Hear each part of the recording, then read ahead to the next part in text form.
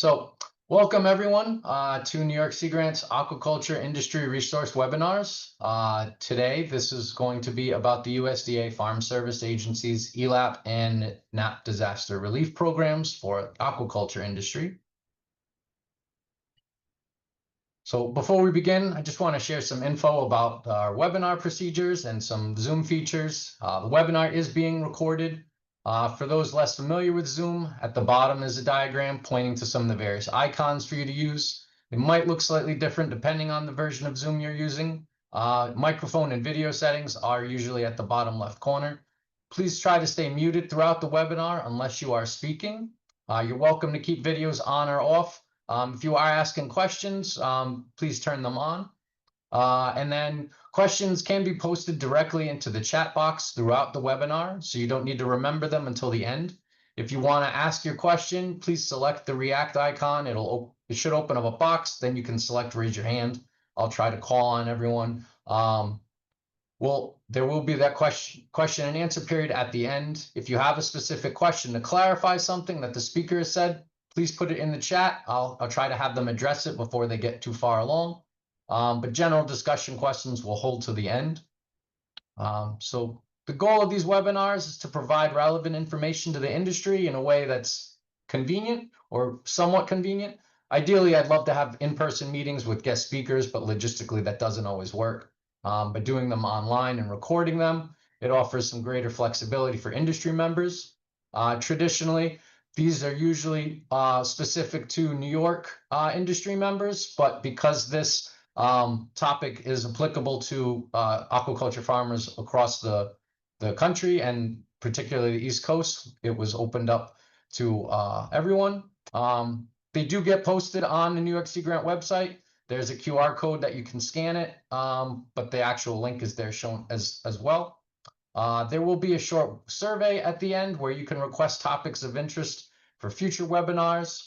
And the goal of today's webinar is to increase awareness about the ELAP and NAP programs. Hopefully you'll gain some better understanding about the benefits they can offer, how the values are determined, and what you need to do as a farmer to enroll in them, and what documentation you would need to provide. So today, we are fortunate to be joined by Daniel Mapley, who is an agriculture program specialist with the New York Farm Service Agency. Just a quick disclaimer to those participants not from New York. Most of what Daniel's going to be talking about is applicable to you. It's possible that each state might have different species that are covered. So following this, I'd encourage you to reach out to your individual state service providers. At the end, we'll show you how to find them. And with that, I'm going to turn it over to Daniel. Thank you, Barry. Good morning, everyone. Here, as Barry said, to talk about our emergency disaster livestock, honeybee and farm-raised fish program and our NAP program. Next slide, please, Barry. So these are both permanent disaster programs with the last passage of the Farm Bill. Now, the ELAP program is for livestock losses, honeybee losses, and farm-raised fish, which includes aquaculture. So it's not just fish, it also covers oysters and clams and crawfish and other crustaceans.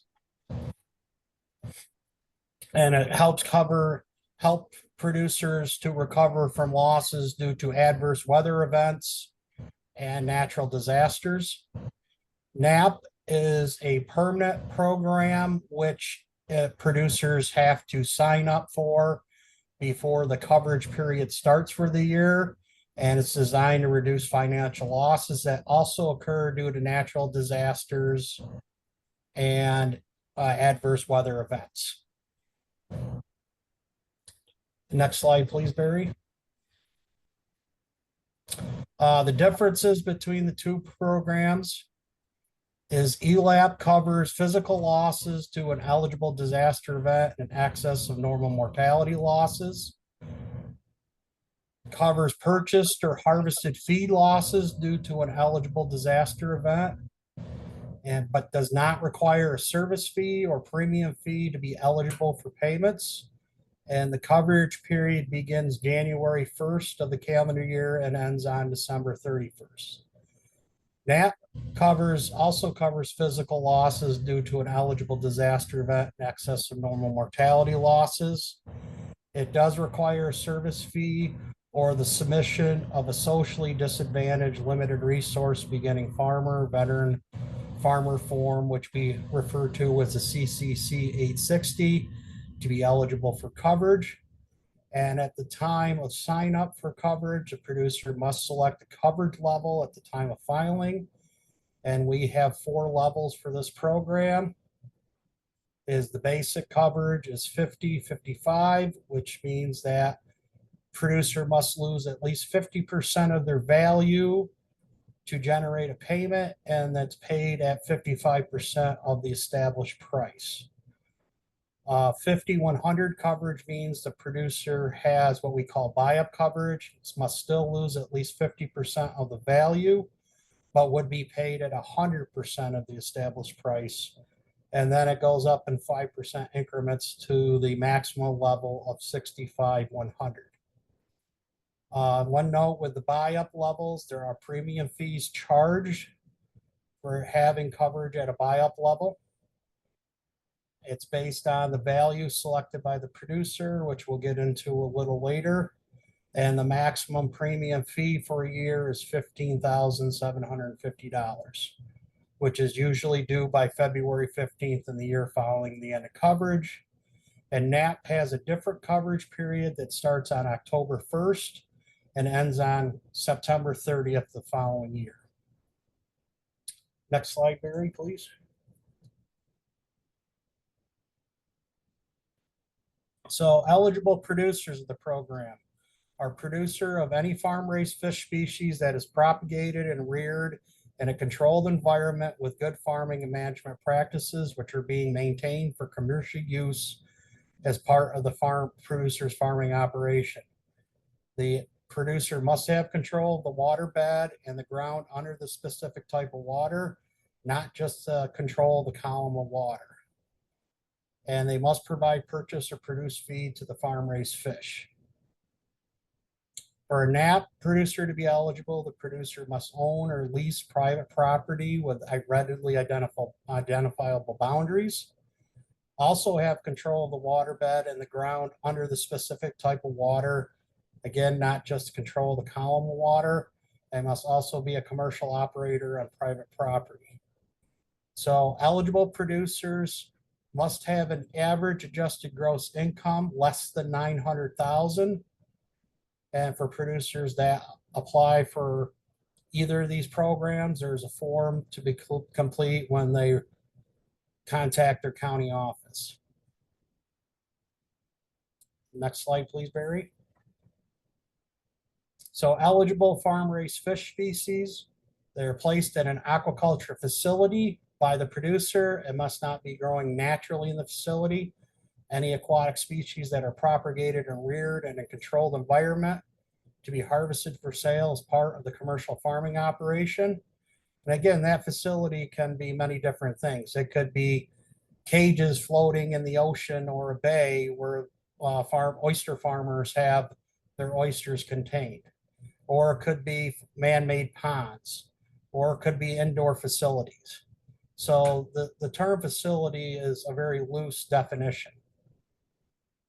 For the ELAP, any game or bait fish raised for sport by recreational anglers that have been approved, any species grown for human consumption that have been approved, fish raised for food for humans that are consumed by humans, and also ornamental fish propagated and reared in an aquatic environment. I mean, all these have to be on a commercial operation.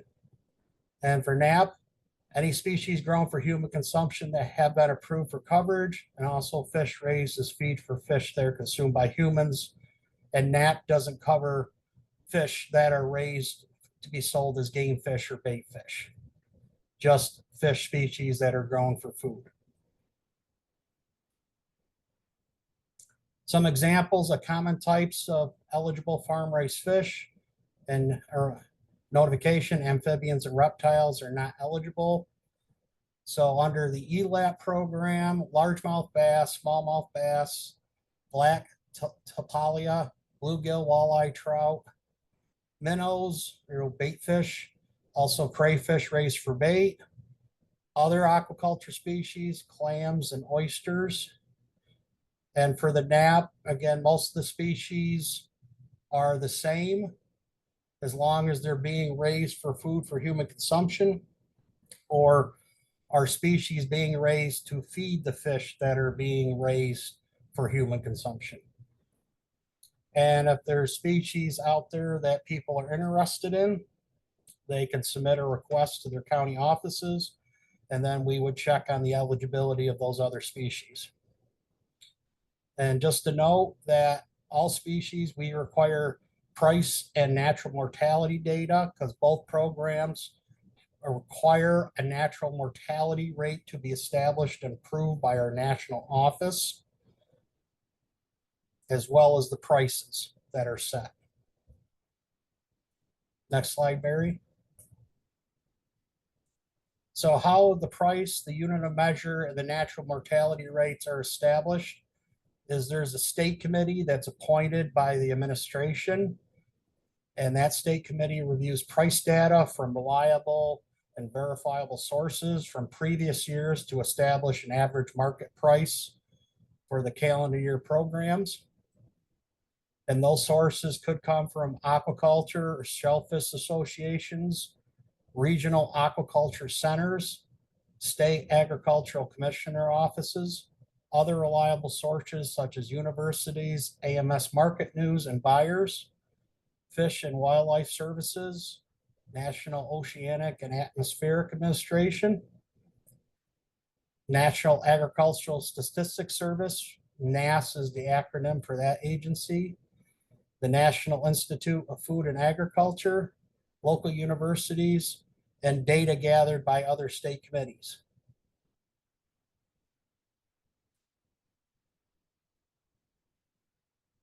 Eligible causes of loss for both programs are physical farm-raised fish losses, an event that is not expected to occur during the loss period that results in eligible losses. So examples, which we probably don't see much here in the Northeast, is earthquake, but there are times where there's excessive heat and excessive cold. Flooding can sometimes occur. Hurricanes, blizzards, freeze, lightning, and drought. Those are just some of the eligible causes of losses. Next slide, Barry. Ineligible loss conditions. So both programs have very similar ineligible causes of loss. So brownouts, which we term as a reduction in electrical power that affects the unit, that would be an ineligible cause of loss. The failure of the power supply, failure to follow good aquaculture practices, neglect or malfeasance of a producer, wildlife damage, lack of market for the fish, and growing environments that do not meet the controlled environment requirements of the programs.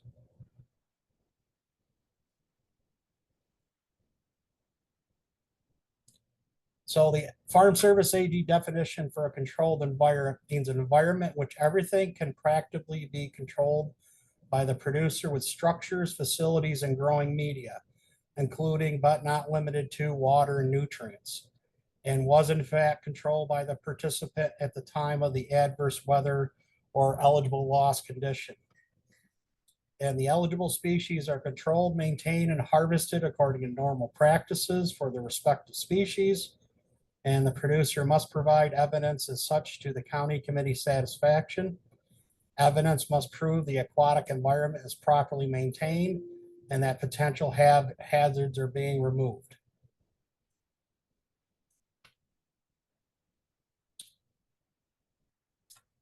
So controlled environment has flood prevention. So the facility is placed in an area not prone to flooding. In the case of raceways, devices or structures designed for the control of water level. The growing media provides nutrients necessary for the production of the aquaculture species and protects the aquaculture species from harmful species or chemicals. Feeding, provide enough feed to obtain the expected production results. Producer must show upon request evidence of providing adequate feed, vitamins, and minerals. Irrigation and water quality, have system practices in place to ensure the fish have adequate quality water and having equipment designed to control the chemical balance and oxygenation of water. Predator controls, the fish are not placed in an area prone to suffer loss from predators. The environment is designed to prevent loss from predators. And disease control, disease is not a recognized cause of loss unless the disease in the fish can be tied to a damaging weather or adverse natural occurrence.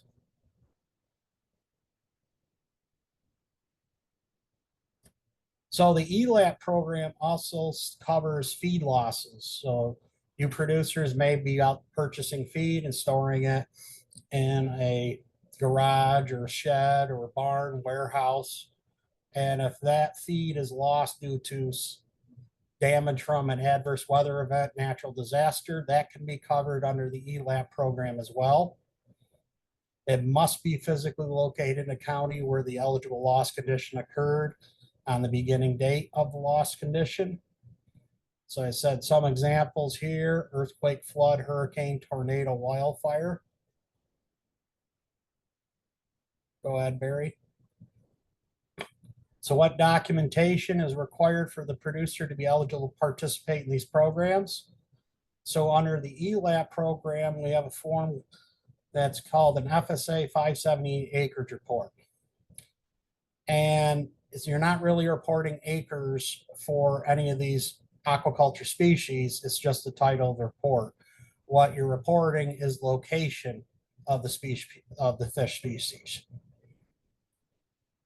We need leases or ownership proof of the aquaculture facility. So if you're leasing an area out in the ocean or leasing ponds to raise your fish species in, we would need the leases to show that you and did have control of that area at the time of coverage and at the time of loss. Verifiable or reliable records of inventory on the beginning and ending date of the eligible loss condition. So for example, if you're purchasing your fish species at a small size and raising them to the intended size to sell, you could provide purchase receipts as proof of inventory. Verifiable, reliable death loss records. And there's a handbook that's available to the public, also a fact sheet of examples of death loss records. It could be dated pictures, and it could be contemporaneous records, things like that.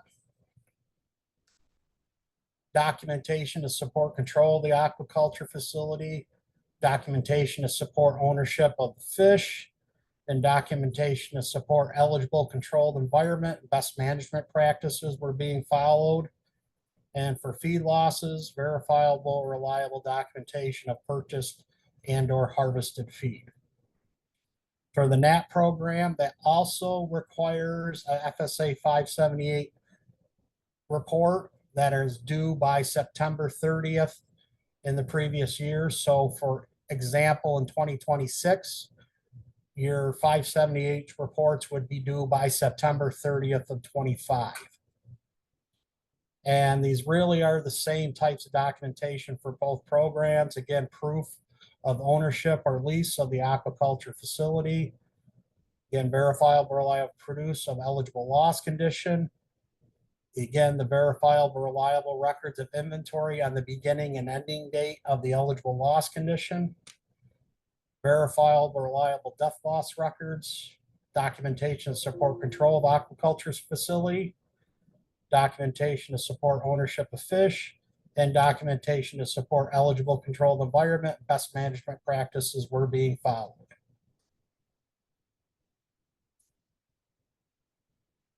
Some of the basic producer responsibilities for the ELAP program. Again, filing that FSA 578 by 9/30 of the preceding year. Proof of control of the facility by that same date as well. Submit pre-disaster inventory record, verifiable or reliable by March 1st in the following calendar year. Submit acceptable death loss records by March 1st in the following calendar year. To file the notice of loss application by March 1st in the following calendar year. File the application for payment form by that same date, and provide all supporting documentation in the calendar year. This past year, we had a change in the ELAP policy that moved everything to March 1st into the following year. Even though program is a calendar year program, producers have until March 1st to file and submit everything that's required for the program. For the NAP, it does work differently because the coverage period began on 10/1 and goes until 9/30 of the next year. So again, the FSA 578 acreage report is due by 9/30. It requires the same evidence of proof of control of the facility or ownership of the facility. But you have to file an application of coverage for the NAP program, and that's also due by 9/30 in the preceding year. And if applicable, pay a service fee. And at that same time, select the coverage level. When you're filing an application for payment, NAP requires producers to maintain monthly inventory records, reliable or verifiable. ELAP does not. ELAP only requires it at the time of the loss and the ending inventory after the loss event. NAP requires producers to contact the county office within 72 hours of becoming a parent of the loss. That's just like a simple phone call or email to the office letting them know loss event has occurred. And then there's a notice of loss application form that must be completed and submitted to the office within 15 calendar days after the loss is apparent. And at that time they're filing the notice of loss, they must provide beginning and ending inventory reports when filing the notice of loss, because that is when we send out what we have. We have contract employees called loss adjusters. They come out to verify the ending inventory is being reported to the office. So they need those beginning and ending inventory reports when they do their inspections. ELAP does not. We do not use loss adjusters for ELAP. It's all based off the producer's reports. And again, provide evidence of good aquaculture and management practices within 60 calendar days at the end of the coverage period, and which for the NAP program is 9/30 of the following year. And they must file an application for payment within 60 calendar days of the end of the coverage period. Next slide, Barry. So here's an example from our NAP handbook of standard unit conversions. So this example here has, fingerlings, 9-inch fish, 12-inch fish, 15-inch fish with dollar amounts applied. We can use a gallon, we can use a pound. Again, it's our state committee that determines what unit of measure will be used for the particular fish species. Our state committee, our previous state committee, had set the oysters and the clams that we have covered by piece. So each individual oyster and clam is by piece. And we have currently not sent anything for other fish species. If we are requested, this is one of the items that the state committee would be looking at doing. Which unit of measure would they be applying to those fish species and assigning dollar amounts to that? Next slide, Barry.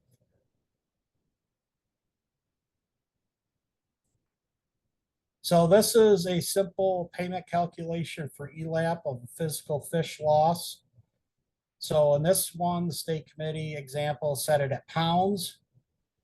So pounds of eligible fish that died in excess of normal mortality times the average fair market value established for the size and type of fish by the national program payment factor times a congressional sequestration rate. So many years ago, Congress set congressional sequestration rates for our disaster programs. And they're in place till at least 2032 now, and the current rate is 5.7%. So in this example, a producer suffers a death loss of 25,000 largemouth bass, 15 inches, 1 pound average, because of excessive heat. The beginning inventory record showed 25,000 fish and ending inventory was 0. The national payment factor is 75%.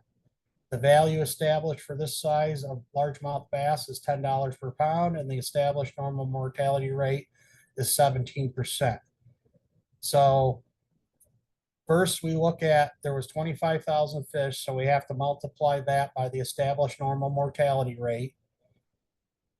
And that leaves 20,750 eligible fish for payment, because there's 25% that we do not cover. And set that at the $10 per pound price for that size fish, times the 75% factor, times 5.7% sequence factor, and the payment is $146,754.38. And the ELAP program has no payment limit. So eligible producers must have an average adjusted gross income of less than 900,000, but they can receive payments. There's an unlimited, no limit to the payment amount that those producers could receive. It could be $1 million, it could be several million, hundreds of thousands. There isn't currently no limit set.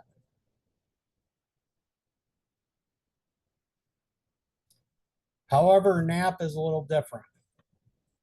So the payment formula for NAP looks at the value of the inventory before the disaster times the established natural mortality rate minus the value of ending inventory times the congressional sequestration rate.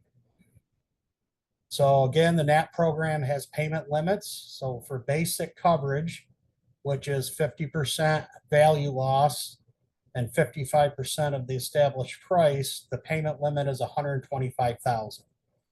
The buy-up coverage that ranges from 50 to 100 to 65 to 100, the payment limit is $282,900, because the $300,000, but then we have to take the congressional sequestration factor into account. So a producer cannot receive more than $282,900 in a program year under NAP. And when with buy-up coverage, a producer must select a maximum dollar value, and that is what is their maximum amount of inventory worth during the program year. And they may say 2 million, they may say 3 million, they may say 100,000. That is what they believe is their maximum value during the program year. So if a producer had 100,000 in value immediately before the disaster event, producer has basic coverage. The natural mortality rate is established at 20% for this fish type and size. Ending inventory value is 0. All the fish died. So first we have to take the value of the fish at before the event, 100,000, minus 20,000 lost due to normal mortality. That's $80,000 in remaining value. And with the producer having basic coverage, that the value, multiply it by 50% times an unharvested factor times the 50% payment rate minus the 5.7 congressional sequestration rate, and the payment is calculated at $19,294.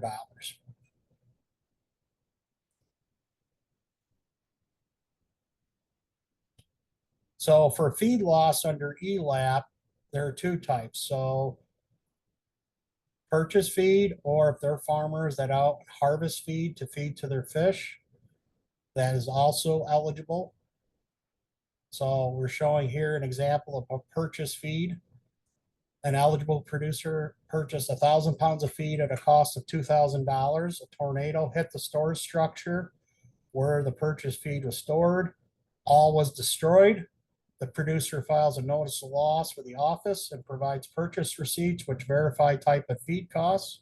So the calculation takes 2,000 times a 60% national payment factor, which leaves $1,200. Then we have to multiply that by the congressional sequestration factor.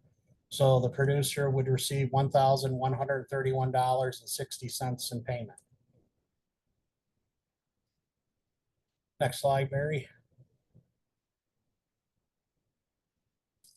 So for those of you who are unfamiliar with the Farm Service Agency, our county offices use a county committee system to make eligibility determinations. These county committee members are elected for 3-year terms, and they are elected by landowners and farmers within the county. And for ELAP, producers who are eligible under the FSA Beginning Farmer, Socially Disadvantaged, Limited Resource, or Veteran Farmer rules are eligible for different payment factors. For example, for physical fish and also for feed losses, the payment factor is 90%. And versus the 75% for producers that don't qualify under any of those 4 options: beginning farmers, SDA, limited resource, or veteran farmer. And for feed loss, it's at 75% versus 60%.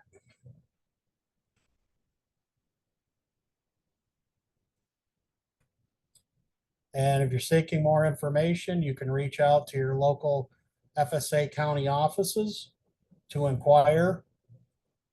If you want to, interested in signing up, you can let them know which fish species you have so that we can begin working on collecting data for natural mortality and prices. And if there's any questions. All right. Thank you, Daniel. Yeah, if anyone's got any immediate questions, you can throw your hand up, throw it into the chat. There are a couple of questions that did come in. So I'll start with one of the questions coming. So Tessa from Connecticut, Daniel, she had asked about sugar kelp, farm-raised sugar kelp being included. In New York, my thought was that because that was still relatively new in New York, that's why it wasn't on your list. Do you know off the top of your head if that is included in other states?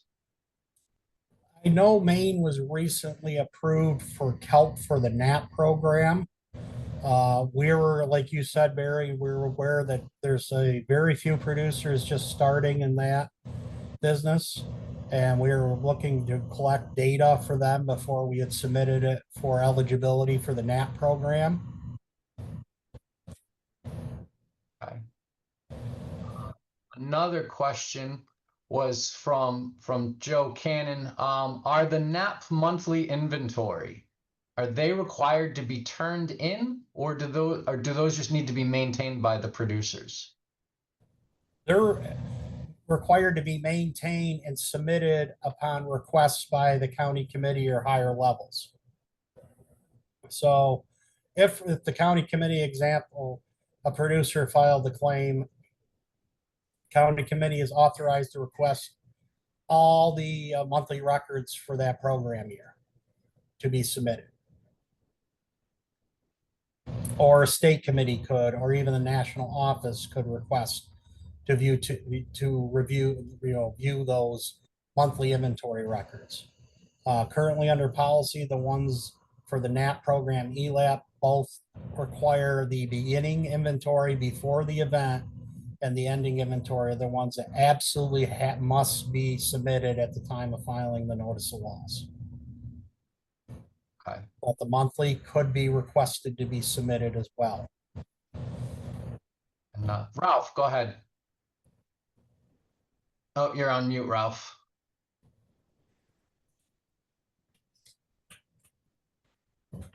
Am I here? Yep, there you go. Okay. Question about the NAP coverage. Going the next level up, 65/to 100%.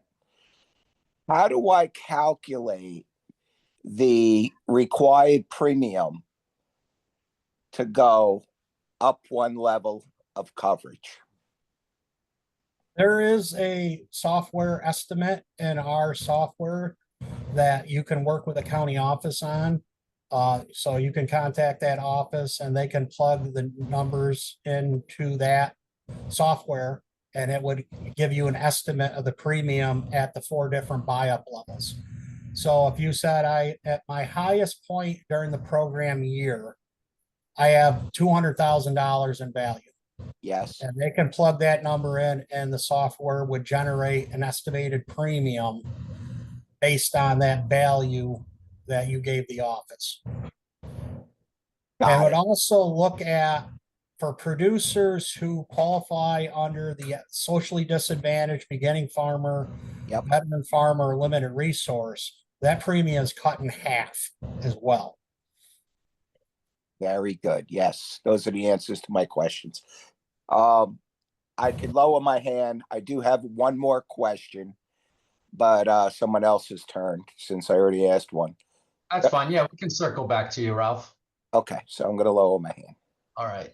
So we'll go to, actually, Dale had a question in the chat, and then we'll go to Joe. How does the Farm Service Agency determine if a farm is being operated in a responsible manner and the loss is not due to improper husbandry? Well, the county committees should be asking for evidence of good farming, aquaculture practices, and I work with people like Barry to come up with a list of examples of good aquaculture practices based on the species. And the committee would look at the information provided by the applicant compared to that list of things that we get from experts to determine if a farmer is performing good aquaculture practices. Now, for the ELAP program, as I said, we don't use loss adjusters, but for the NAT program, we use loss adjusters and they go out and do inspections, as I said, and they help us determine for the NAT program if good aquaculture practices are being utilized at the facility. They may be asking to look at, so I'll give you an example, because NAP covers not just aquaculture, it covers yield loss crops like fruit and veggies. And our loss adjusters are frequently used for that program for those crops. So they ask for things such as spray records, fertilizer records. They take pictures, they are looking at the weed control. So they're looking at same thing. We give them a list of things to look for aquaculture practices to, when they do their inspections, to see if it appears the farmers are doing good management practices. So it really doesn't matter whether it's an apple or a squash or oysters or finfish species. You farmers are all doing good practices, try to get the best, money you can for the crop. So again, they're going to be looking at items we give them to be looking for good farming practices. Now for the ELAP, as I said, we don't use loss adjusters, but we do ask farmers to provide examples that they're doing good aquaculture practices. So farmers would probably be providing write-ups, providing receipts of products purchased, things like that. And then let's go over to Joe. Yes, sir. The reason I asked the question earlier, if they were required, I'm down in Florida, and we're under the understanding that we have to turn our monthly inventory into the FSA office every month and by a certain day. And if we're late, that could disqualify us if we have a future claim. And that's the reason I asked the question, sir. Yeah, Florida may have been approved for a different policy by the national office. So there are things that we have national policy that applies for every state in the country. And if there's times where another state wants to do something that's outside what the policy requires, they can submit a request to the national office and it can be approved. And so Florida may very well have received permission from the national office to require those monthly inventories to be submitted. I mean, currently our national policy And all farmers can access that one NAP revision 2 handbook online. And that will state monthly inventories are required to be maintained and submitted upon request. So that's what the national policy says. But Florida may very well have established their own state policy with approval from the national office.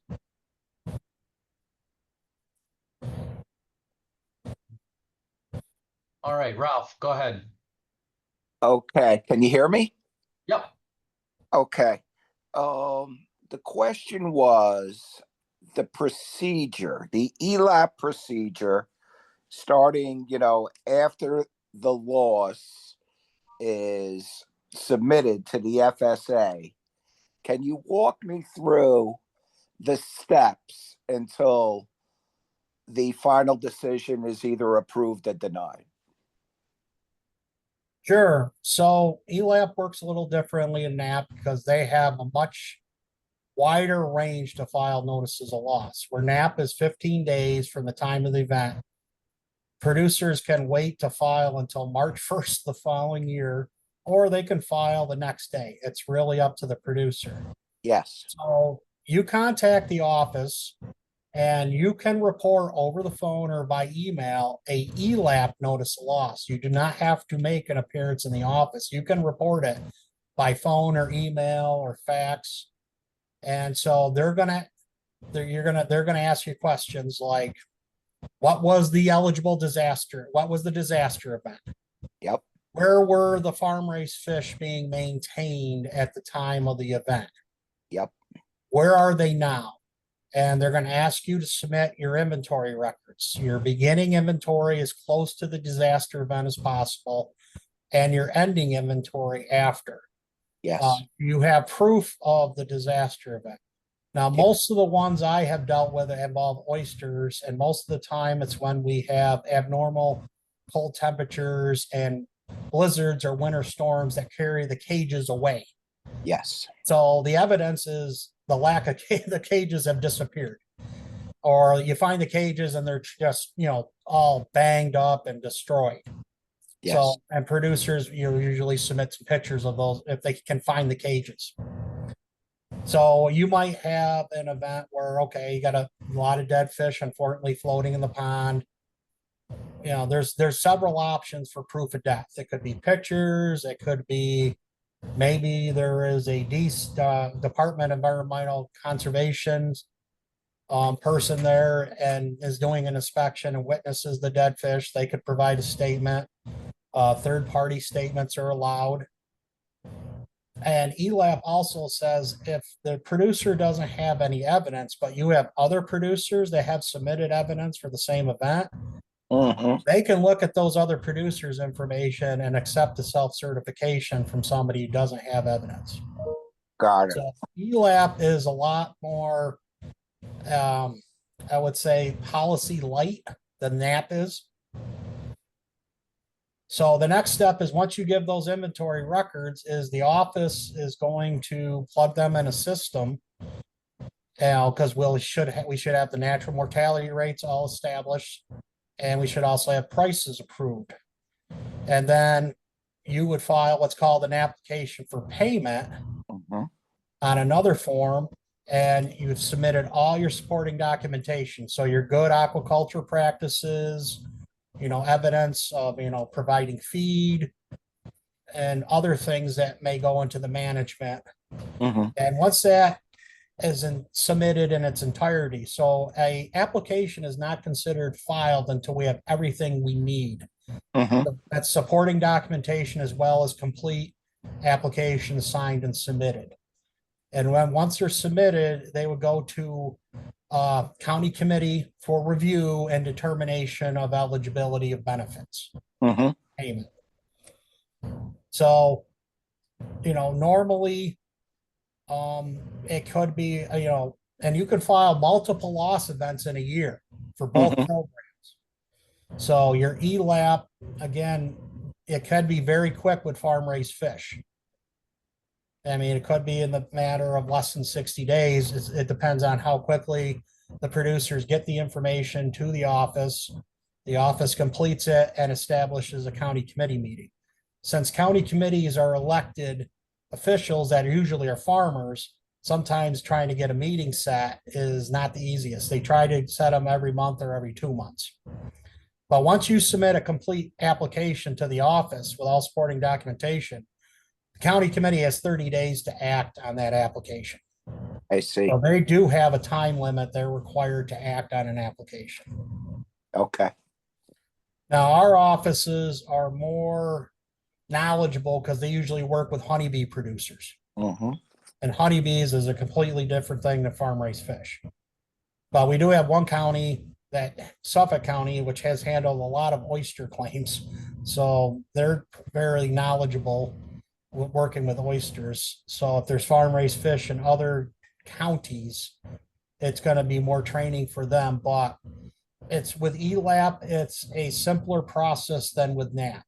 And the ELAP, again, you don't have to sign up for coverage. It's just if you have a loss in the current program year. So right now, as I said, 25, the only approved aquaculture species for ELAP are crayfish for bait, oysters, and clams. And so we're looking to approve other fish species for the 26 program year. Got it. And that's one thing I'm going to work with Barry on is what species do we need to target for New York State to try and get data collected for pricing and natural mortality, because all species require a natural mortality rate to be established. And sometimes that's very difficult to get. So, Yeah, that's perfect. Thank you, sir. you're welcome. All right. Thanks, Ralph. That's a good question. I changed the slide just to give people the opportunity to see the contact information for those of you on Long Island, Suffolk, and or Nassau County. Riverhead is the local service center. Phone numbers posted there. All other states, if you go to, you can scan that QR code. That's also the website. You can punch that in and it'll pull up your local service provider. Also, if people can take the 4-question survey, for those of you from New York, it allows you the opportunity to request some new webinar topics. It also helps me track potential benefits, impacts of this webinar. Anyone outside of New York can participate in that. You're welcome to suggest topics too if you want. And then I'd like to jump back to, so Dale had another question and it kind of touched on the last thing you mentioned, Dan. Can the estimated natural mortality rate be adjusted at state level, or is it established only at the national level? Well, each state is supposed to submit their own mortality rates, and they have to be approved at the national level. But you may find other states have different mortality rates for different sizes or even different species of aquaculture. Okay. And then following up on that, do you know if any of the government DEI changes, or if the farm bill passes, if that's going to change eligible rates or have an effect on the ELAP or NAP program? I do not know that. You know, it could possibly have an effect on both programs. Policies could change with a new farm bill. We would not know that until a farm bill is passed and we're made aware of those changes. The rates that are currently approved will be in place until either there's a policy change requiring new rates, or we receive requests that, you know, like talking with Barry or talking with other experts, maybe we should look at revising the rates. Maybe their mortality is too high, too low. So then if that occurs, then we again have to collect data, send it down to the national office for approval.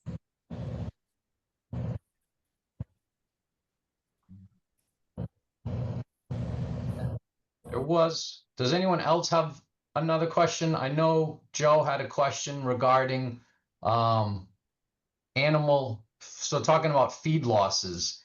Would a shellfish hatchery, if they were hit by a hurricane and they lost their algae with feeding all of their shellfish, would that be applicable for feed loss?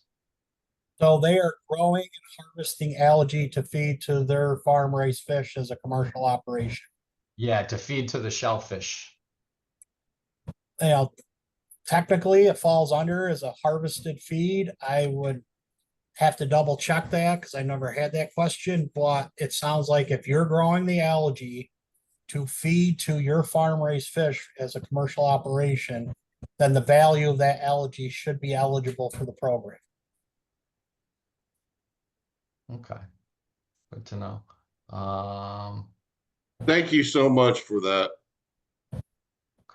Let's go with Chuck. Sorry, Ralph. We'll get No, to you. that's okay.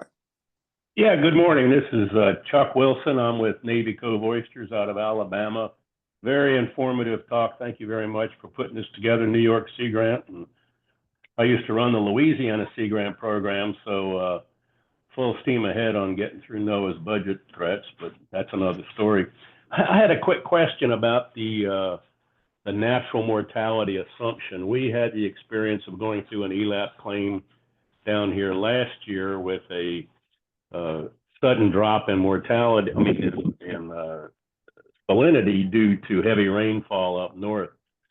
And they applied a standard mortality rate of 40% to our claim. Now, I've been working with our FSA agent who's been very helpful, but when we send our monthly spreadsheets to our FSA office, the numbers that we report on our farm are very current and based on the most recent grading and rebagging.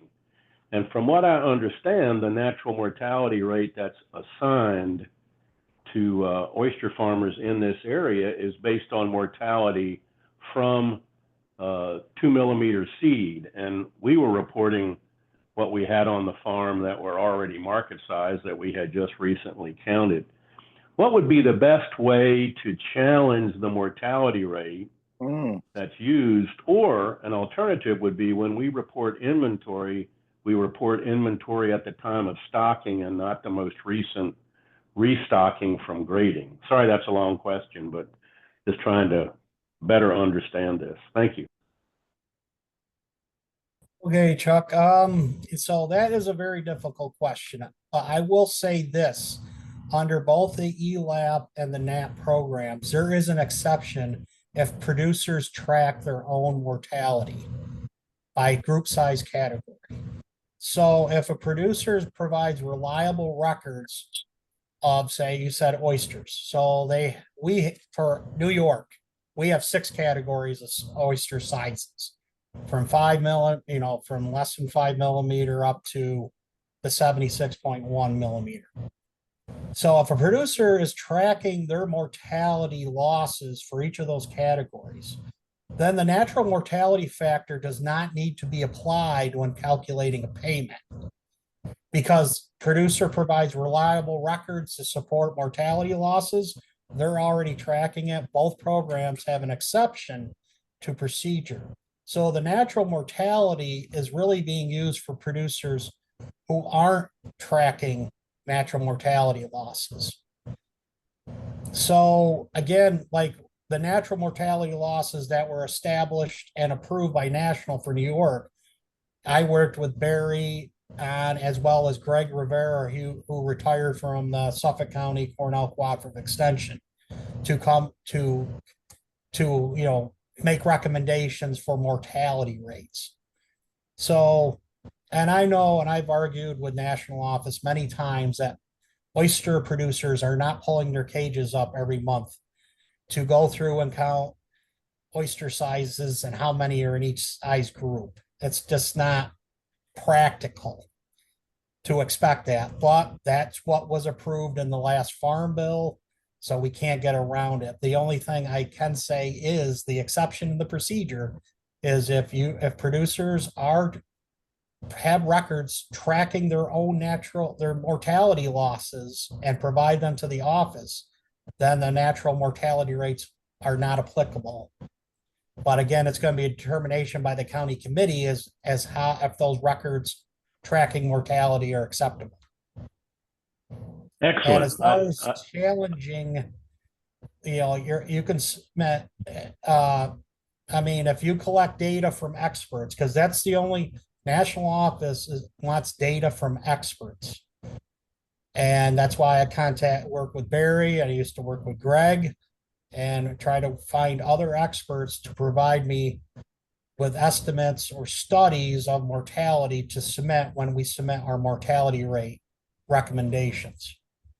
So if you gather information from experts down there and that challenges that, and provide that, then the state may look at submitting a change in mortality rates. But it needs to come from experts.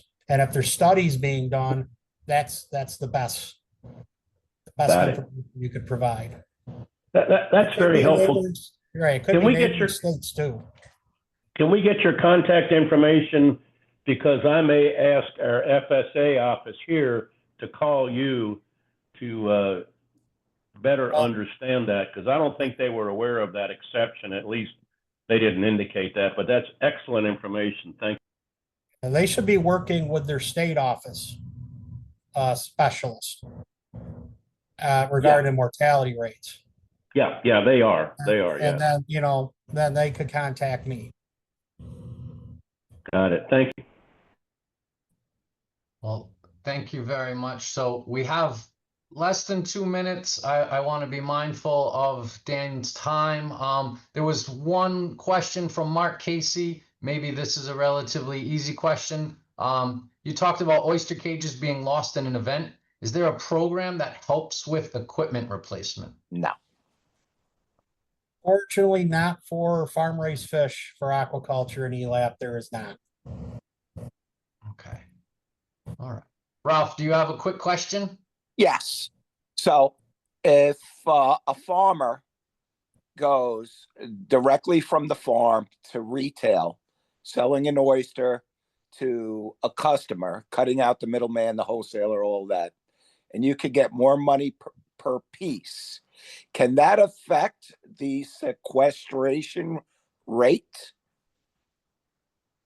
No, the congressional sequestration rate is law, and it's the same. Okay. What that could affect is like when we look at prices, establishing prices for a program year. Now, traditionally, retail is frowned upon because usually retail includes things like packaging, transporting, things like that. So the producers up their price a little bit, where the NAP program usually looks at in the field price. However, if that retail is not including, transporting, marketing, and packaging, then we also can look at the retail price to help in calculating what a program year price would be. Is that, go ahead. No, you go ahead. Would that be done for an individual farmer or? No, no. It's one price for everybody for that category of aquaculture. Okay. Thank you, sir. And I'll just make one comment on the oyster cages. That's one thing we tried to push the last 2 years, to have equipment loss added to the ELAP program. As they're working on the next farm bill, I would definitely reach out to recommend to your congressional representatives to push to have that to aquaculture, because I know the oyster farmers, especially those cages and the equipment used, that's a lot of money. Yeah, babe. And any relief through the program would be beneficial. Now, I'm not sure with the other species, you're probably using some equipment that, you may think, well, if a tornado hits and rips it to shreds, it would be nice to have some financial assistance with that as well. So I would definitely reach out to your congressional representatives and be asking them push to have aquaculture equipment added as part of a loss. I mean, we have it under the honeybees.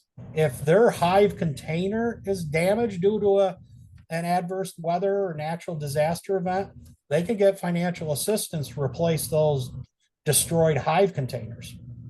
So I think it'd be definitely something for the public to push, for the congressional representatives to push for the next farm bill.